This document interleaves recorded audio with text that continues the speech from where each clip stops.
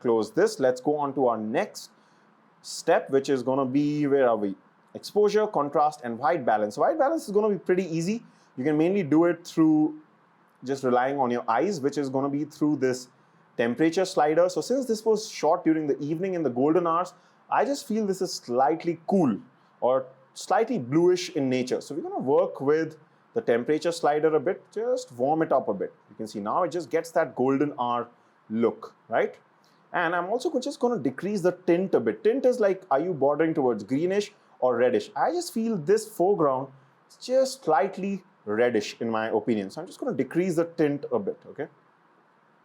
Like this, you can see.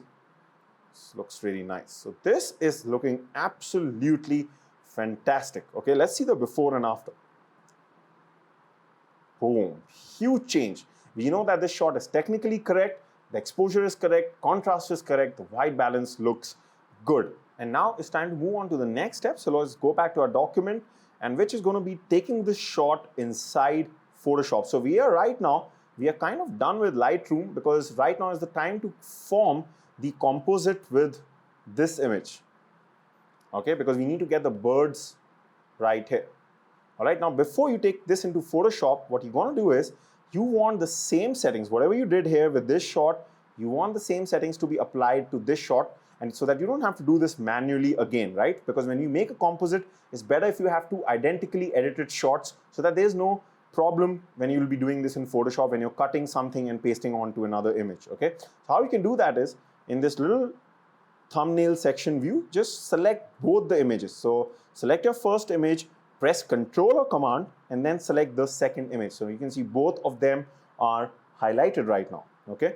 So then what you need to just do is sync whatever you did with this onto this image. And how you do that is, when both of them are selected, just go to Settings and go to Sync Settings, and you can either click on, you can just click on Check All. It's asking you which settings from this photo do you want to copy onto the other photo. So you can select all.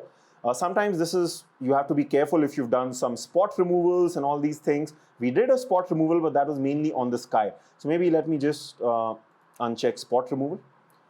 And rest all is going to apply to this image also. So you can just click on synchronize.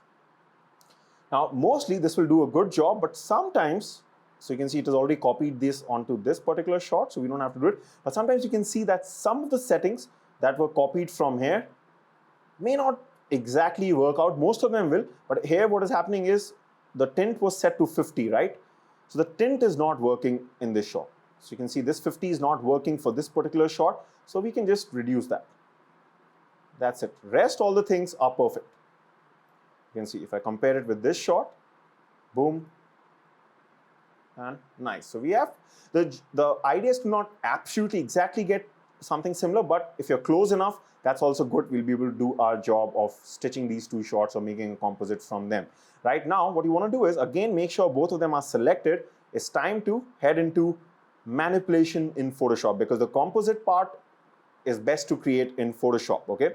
So what we're going to do here is, we're going to directly go from Lightroom over to Photoshop, and how you do that is, of course, if you have Lightroom, you must be having Photoshop also. So you go to Photo, you go to Edit In, and then just select this option which says Open as Layers in Photoshop. Make sure both those images are selected, that is highlighted. And once you do this, what you're going to find is that this is going to open up in Photoshop like this, like two layers, okay? So our layer one is still loading. This will just take a bit of time. And boom, you can see we got this layer. If I hide this, underneath that we've got the bird layer. And now in Photoshop, we'll be performing our manipulation. So I'll see you in the next video. Bye for now.